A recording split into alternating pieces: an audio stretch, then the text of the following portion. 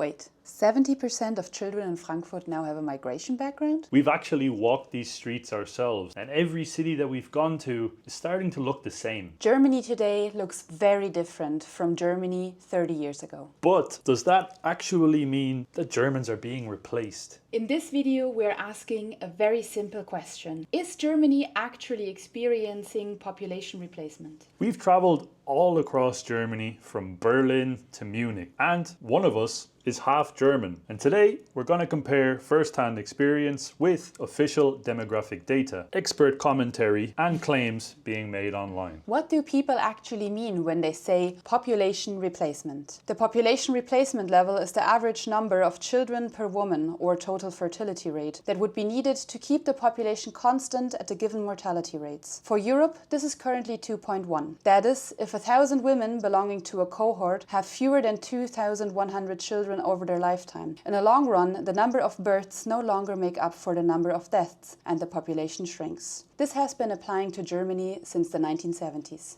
But what that term there defines is Germans replacing Germans. Young Germans replacing the elderly, dying out population of Germans. And the question that we're actually asking here in this video is, how true is the fact that Germans are being rapidly replaced or slowly replaced by migrants coming in to the country from other countries around the world? So how about this? Let's quickly Google, is the main population growth in Germany from immigrants? And immediately, yes. Immigration is the primary driver of population growth in Germany. For decades, the number of deaths in the country has outpaced the number of births.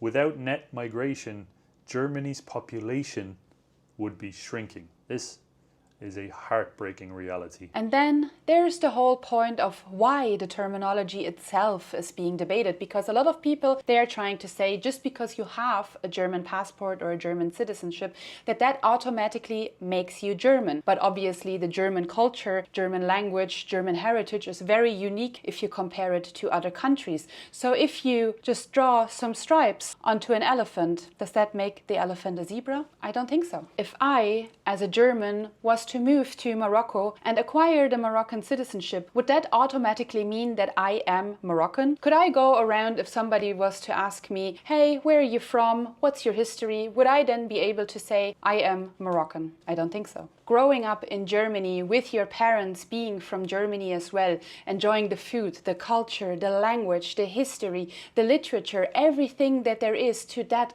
specific cultural environment makes you a very different person to obviously somebody that grew up in Morocco. And that's something that you can't really replace. It's a very deep knowledge and understanding of a certain cultural footprint. So we've got ourselves a video here. 1970s, Hamburg, Germany, back then. Wow, look at this. Completely different, to my experience anyways, being a non-German. I'm Irish, and I visited Hamburg not that long ago, actually, a few months ago, and the streets do not look like this, I can tell you that.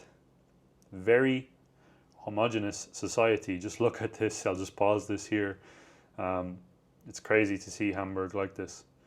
So you have an entire street. It's almost making me emotional just seeing this, because I've recently been there. I've been to Hamburg now, I think 3 times actually. And this here is not what the streets look like whatsoever. They're a lot dirtier and they're not as organized. This is incredibly clean. As you can see, it's an entirely German population. And now in modern Germany, these people are being priced out of their own country. They don't feel welcome basically anymore. The economy is gone. Everything really about the German identity has been suppressed and changed ever since really World War II. You can see here the people, wow, it's amazing. A lot of them very typical German. They are all tall and for the most part in good shape, which is not the case at all, as a lot of you know nowadays. Even in Germany, Germans are known for being genetically gifted. They're known as being tall people, broad shoulders, great nutrition. German food is incredible. And look at that infrastructure. Back in the 1970s, they have this level of infrastructure in the city. It's incredible. And Hamburg itself is an incredible city. Really, it is. If you do get the chance to visit, I would visit it. If you do go now, don't expect this level of civility, this level of cleanliness, this level of organization, because at the moment now in Hamburg, it's far from this. What we've experienced in Hamburg is quite literally the opposite of this. Trash in a lot of the streets, homeless people shooting up in parks, migrant encampments along the streets, such as these ones right here, where these cars are driving down. So it's very emotional to see Hamburg like it was back in the 70s. It wasn't that long ago. You know, people are going to probably comment down below, this is a long time ago, what are you talking about? Every country has changed since then, and it's true, a lot of countries have changed, a lot of countries have gotten better, but Germany has quite literally gone in reverse. So this here is actually one of our own videos when we visited Hamburg not that long ago, and this here, as you can see, is a beautiful historical fountain. I believe it was from the years 1870, and it's just full, like surrounded of people during the day, taking drugs, drinking a lot of alcohol, just sort of lingering around and giving people sort of an unpleasant experience while being in the city itself. And there's lots and lots of graffiti everywhere that you look. And if you want to get an idea of the current population of Hamburg, you can have a look here. You can pretty much see, oh, there's one German walked past. I just saw a German. You can see very, very little Germans. It is still a homogeneous society, but the other way around. It seems to be a sort of Turkish-dominated homogeneous society or Moroccan-dominated homogeneous society, which is very sad to see. You see basically no German culture being shown. There's windows that are smashed in. Obviously there's lots and lots of vegetable sellers, which isn't necessarily a bad thing, but it's sort of always this microorganism of immigrants that are creating their own sort of economic zone, which is exactly what the street is showing. And Luke was talking about homeless encampments and drug user encampments, so to speak, and this is this part of the video. This is exactly where the Flixbus station, so the long distance bus station, is in the city of Hamburg. So this is the very first experience that a lot of people are getting when they're visiting the city of Hamburg, which is so sad. And quite frankly, as a German myself, it's somewhat shameful to see all of this. You don't really see any Germans around. There's nobody showing you what German culture looks like. And here, as you can see immediately, the situation escalates. People are hitting each other. It's just, I don't know, just the city itself, Hamburg, seems to be in absolute shambles. There's no integrity left. It's just, I don't know, just abuse and drug use and alcohol and homelessness and all of that, and it's, I don't know, it's just not good.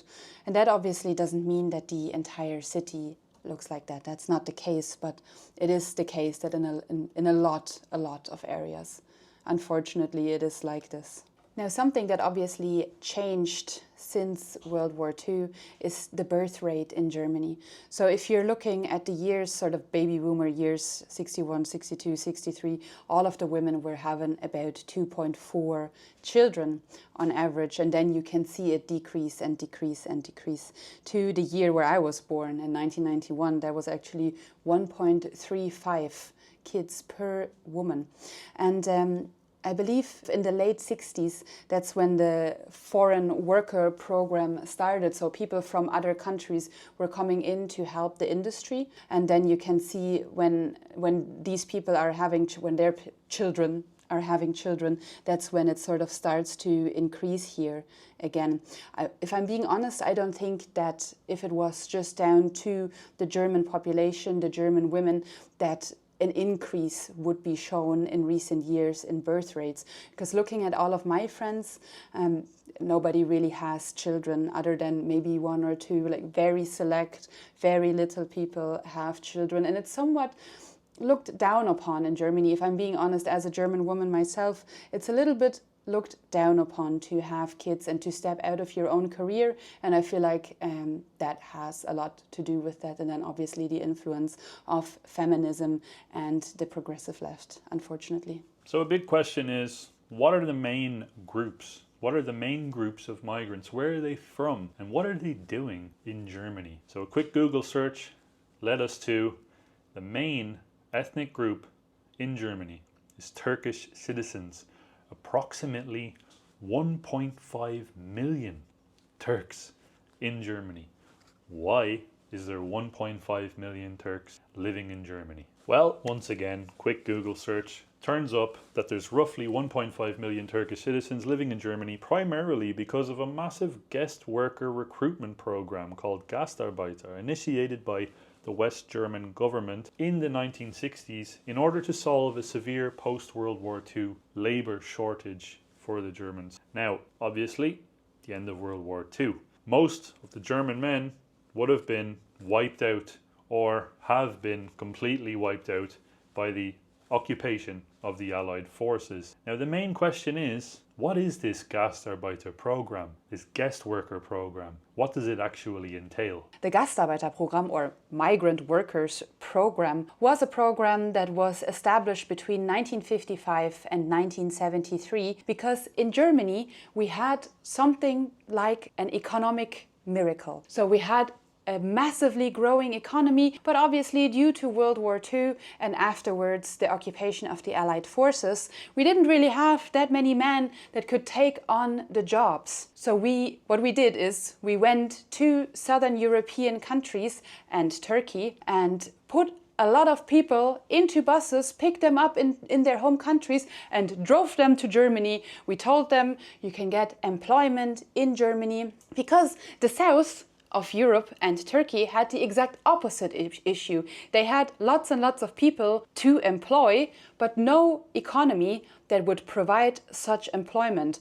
So we, as Germans, effective, we obviously thought, ding, ding, ding, we're gonna just pick up a lot of people, drive them to Germany, have them work in our factories, and then after a few years, when we are done with our economic miracle, we are going to send them back to their home countries, a lot richer and a lot more prosperous, and they can help rebuild the economy in the south of Europe. So why am I saying that the migrant workers were supposed to be leaving back to their home countries? Is because we had this chancellor, he was called Helmut Kohl, so to speak, the president of Germany. And he was the president from 1982 till 1998. And there's this famous quote that he was saying to the Prime Minister of England at the time, Margaret Thatcher, in 1982, that he wanted to reduce the Turkish population in Germany by 50% within the next 4 years. And then and there, he instated a law that was called the voluntary return law, where he offered people 10,500 Deutsche Mark, in today money that would have been 20,000 US dollars, in order to return to Turkey, which a lot of people did and a lot of people also didn't. Mixed results, I want to say, but this is sort of the base of why Germany looks the way it looks right now. Okay, so here's something truly incredibly shocking. In 1976, Germany had 15 mosques. Now, as of 2026, 2,750 mosques. Just look at these two maps side by side. It is astonishing, the difference, the coverage. It's mind-blowing actually, and it doesn't really make sense in my mind as a non-German as to why Germans are accepting this. It's absolute insanity, and I'm pretty sure that the amount of mosques is actually higher than the one that are mentioned here, because a lot of times people are just creating mosques as like underground mosques or whatever. So there are probably a lot more than what you see here. But what I find very interesting is that here in the east of Germany, other than maybe the large cities of Berlin, Rostock, Leipzig, and so on, there's still very, very little mosques and Islamization happening, because I feel like that's sort of more the stronghold of conservative Germans, I would want to say. I am personally from the West, so I'm kind of from this area. And I feel like even from 1991 until now, it was like a really slow progression. I feel like the frog was boiled really slowly, so you didn't really see the progress happening this fast. You know, they didn't just pop up or whatever. It was like every year a few more, and that's why it wasn't as visible. But comparing it side by side like this is scary. It's insanity. And if you have a look at other Christian countries as well, all throughout Europe, the case is very similar across the board. Now, a question that I would have is, if we were to go to Morocco, if we showed up in Marrakesh, if we showed up in Algeria, if we showed up pretty much anywhere around the world outside of a lot of places in Europe or other Christian countries, and we showed up there and we wanted to establish 2,750 churches in a Muslim majority country, would that be accepted? I can tell you absolutely, certainly it would not be. Also, Fahad here is saying in the comments, obviously Fahad is likely a Muslim, I would want to say, just by looking at him. He's saying that Germany is no longer a Christian country. In 1976, the percentage of non-religious people was 5%, but today it's 47%. Germany does not consider itself a Christian country, but a secular one. Well, I think that's kind of applicable for the entirety of Europe. We're all secular countries. But yes, I think it's accurate. The majority of people are not considering themselves Christian, which is largely due to the influence of the church in Germany as well. They're not exactly doing a great job. I'm sorry to criticize the church here. I would love to love the Church of Germany, but with the way things are going, I kind of can't. It's all being done on purpose. God has been removed from Europe. All of this has been stripped away from Europe. Europe was built on Christianity, on Christian values, and now because that has been removed, Europe is in a weak position. Islam recognizes that weakness, and now they're using that and taking advantage of it, and they're able to move in very rapidly. And if there's 2,750 mosques as of 2026, in another 20 years, what's that number going to look like? I would estimate probably close to double, because you need to keep in mind that these people are reproducing like crazy, much faster than any German family can, and it's going to result in a total replacement. Oh yeah. Another account here, likely agnostic, religion is for the delusional apparently, is actually saying, what's your point? There are about 45,000 to 47,000 churches in Germany. Yeah, Germany has been Christian since the Romans have been around, since Jesus walked the earth. Shortly thereafter, when the Roman Empire extended its arms into Germany and, sorry, but slaughtered a lot of pagans, obviously, since that point it has been Christian. So the entirety of German's history was built on the backbone of Christianity. Everything that you see today in terms of a lot of the modern architecture even of today is inspired by past Christianity. The old churches, thousands of years of history in Germany, and it all points back towards Christianity. So that argument is completely invalid, actually. We are who we are as Christians, as Germans, because of Christianity. That's the backbone of Christian society, of German society. Now this video here has also just come out of Germany, and again, shocking scenes on the streets. And this is a daily occurrence, just so you know. If you go to Germany, you'll know exactly what we're talking about.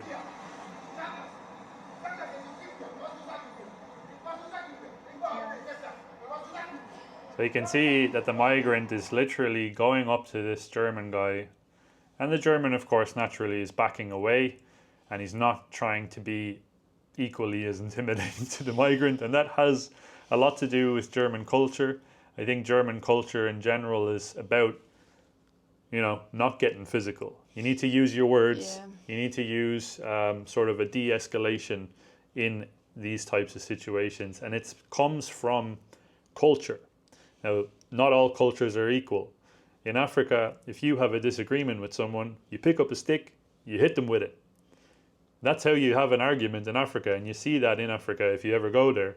If someone doesn't like someone, they pick up a stick, they pick up a rock, and that's it. Game on, the fight is on.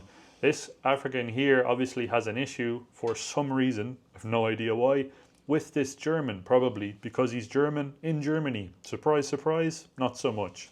He's going after him and he's shouting at him, and the German is terrified to do anything. Yeah, it's also a problem that German men since World War II have been de-emasculated. How do you say that? Yeah, they've had their masculinity ripped out. So there is just not a whole lot of physical confrontation happening in Germany among Germans, full stop. It's all very verbal, which is not a bad thing per se, but obviously if you have to defend yourself and you don't have any street cred, that's a pretty bad thing. Getting into a street fight is never a good idea because someone is going on the concrete usually. So let's see what happens here.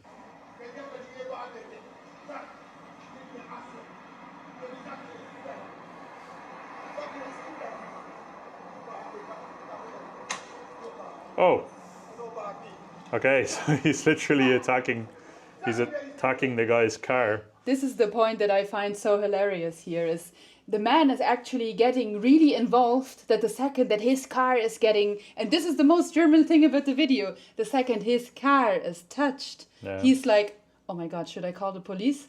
His physical well-being, I don't mind so much, but if my car is getting in any way damaged, we will call the police to make sure an insurance claim will be filed. It looks like the German guy as well, is wearing a face mask, if I may point that out too. I'm not 100% sure on that, but from here it looks like he's wearing a face mask, so that might point in the direction of what this guy is like in general. I think he's generally afraid of being outside, but it's true, once the migrant here, the cultural enricher, attacks this man's Volvo, kicks it in the booty, then things start getting serious. He starts making advances towards him as if he's going to do something. He doesn't, unfortunately, and the migrant, I think, is just going to continue his tirade here.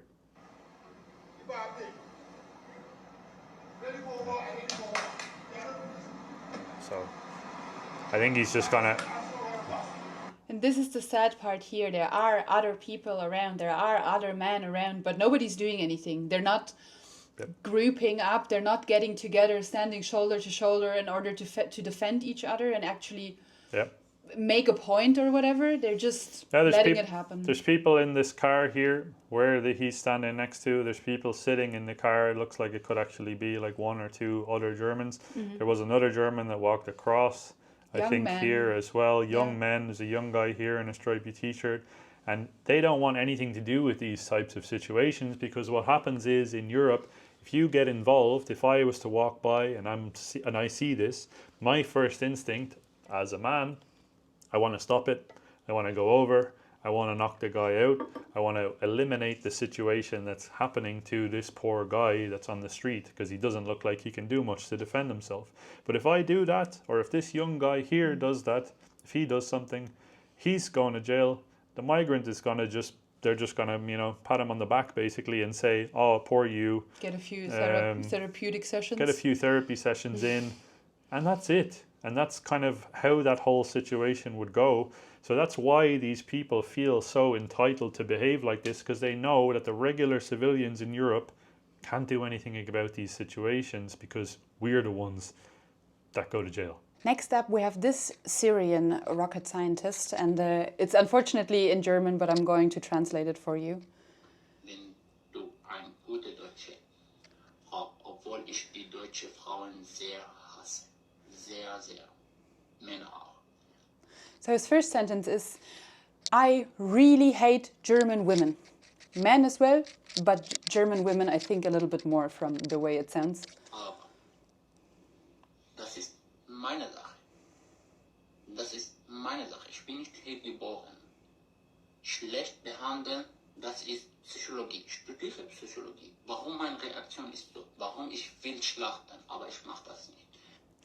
He's saying that his personal reaction to seeing predominantly German women, but also German men, is that he's really hateful. He hates all of them and he wants to slaughter them.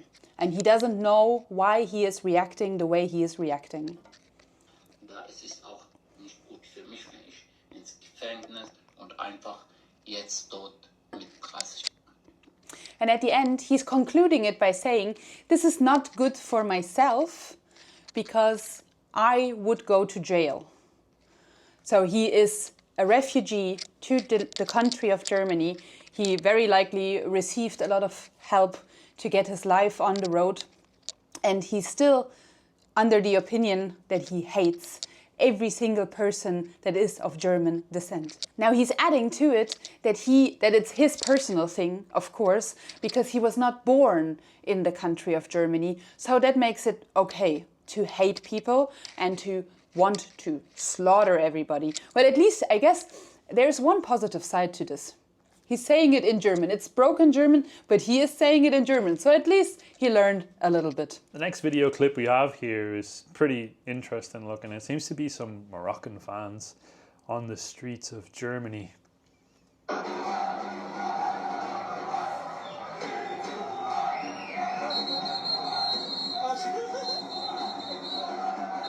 Of course, look at this. A white German liberal lady running over to help cheer them on. National pride on the streets of Germany is strong. For Morocco, you know, because that makes sense. So a lot of these guys are probably Moroccans, I'm assuming, that live in Germany. They make their living in Germany. Their family probably moved to Germany, or they're working in Germany and supporting their entire family back home in Morocco. A lot of German taxpayer money went in to helping these people come to Germany, to help them learn the language, to help them train for whatever job they're doing, or very likely a lot of them not actually employed and receiving a healthy sum of social welfare, which goes, by the way, to Morocco. They get all of this from Germany, and then they run through the streets with Morocco flags, screaming about how great Morocco is. Does that make sense to you? Because it doesn't to me. It's very annoying. It's very confusing to me as well. If I was to go as an Irishman, as many of my fellow Irishmen have, to somewhere in America, I make a living, I send money back to my family, and I do really well, and America treats me well, and I can build my life in America, I'm not going to run through the streets with an Irish tricolour screaming about how crap America is.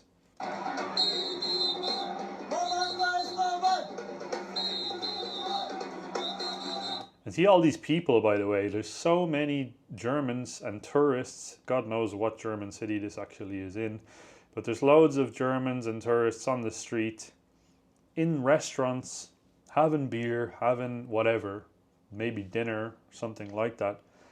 And they have to listen to these guys marching through the streets doing this. And you're paying God knows what for probably a nice steak dinner, bringing your, girlfriend, wife, whatever, out for a nice meal, and then you have to deal with Abdul and Mohammed talking about Morocco because there's a football game on or something.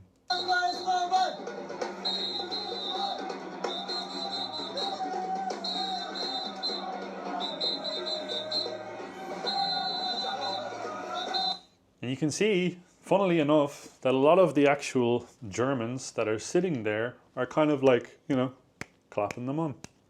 There's a lot of white German girls that are standing there, clapping them on.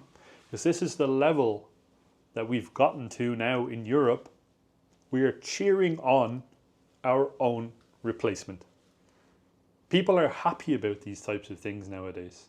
There's marches on a daily, weekly basis in places like Berlin and Frankfurt for these people, to protect them, to make more of them, to bring more of them in.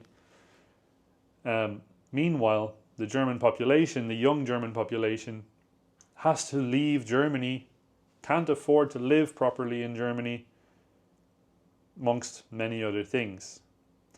But they're happy as Larry, to clap on, cheer on their own complete replacement.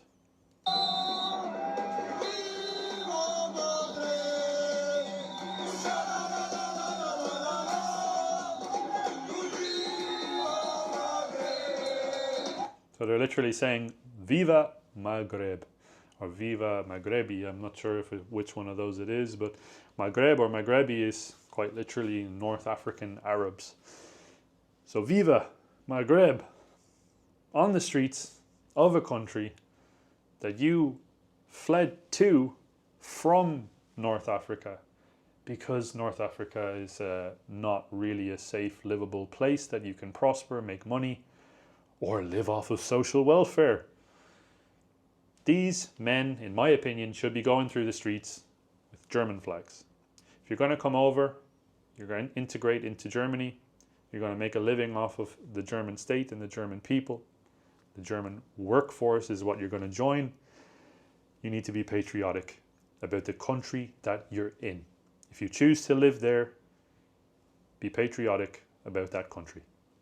Next up, we have a beautiful video from Berlin in Germany.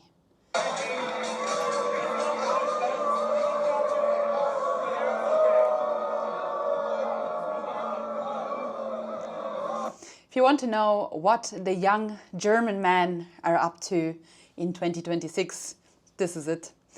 Walking around in dog costumes. I don't know, does this even qualify under being a furry? Because it's not really a furry thing. It looks more like a SM type of a thing, I guess. So something that doesn't seem like it's just about the costume, but more about the intent behind that.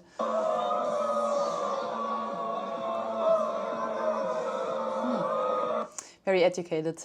They're just all howling to the music for some reason, waving their paws up and down.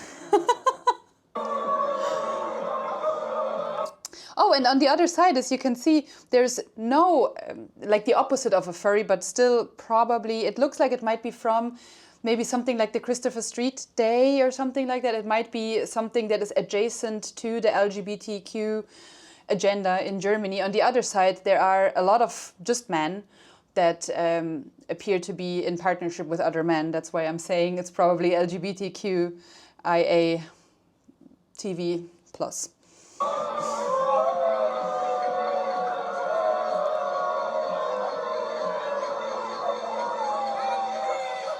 It also seems to be predominantly just men. Like, where are the lesbians? Are lesbians not allowed to be furries? Or is this like, I don't know. Is this like, why are we not against the patriarchy in this case? This is just the patriarchy.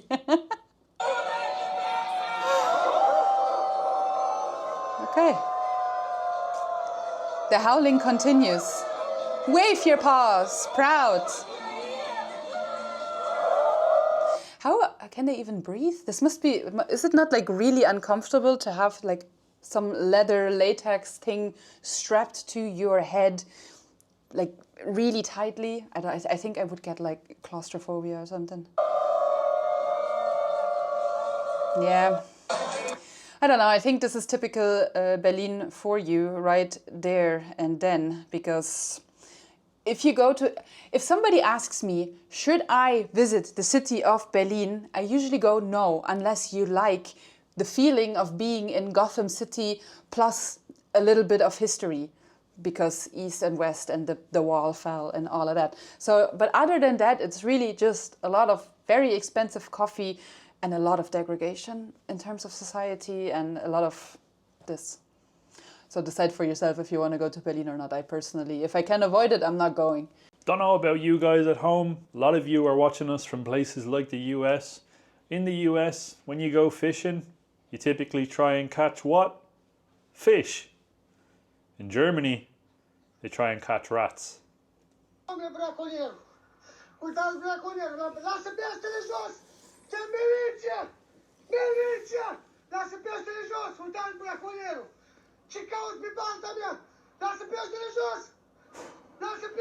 These guys have fishing rods out the window, and might I add, there's no window.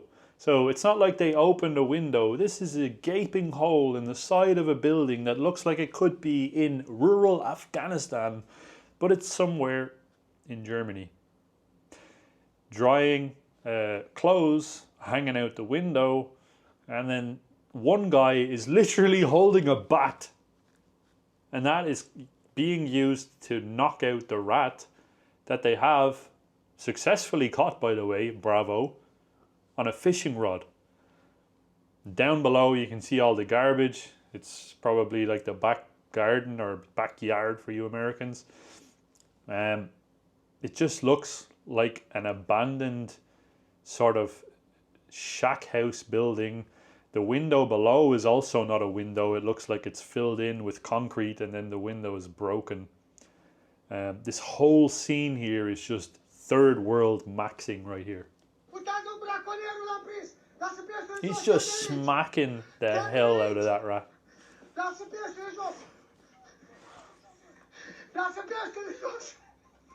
I've no idea what language the guy's shouting at the guys in, but he seems to be standing in probably another gaping hole in another abandoned building somewhere in a housing estate in Germany that used to belong to 100% Germans, and now it's probably crammed full of, you know, Afghanis and Syrians, and this seems to be their sport. Fishing for rodents. An average Wednesday.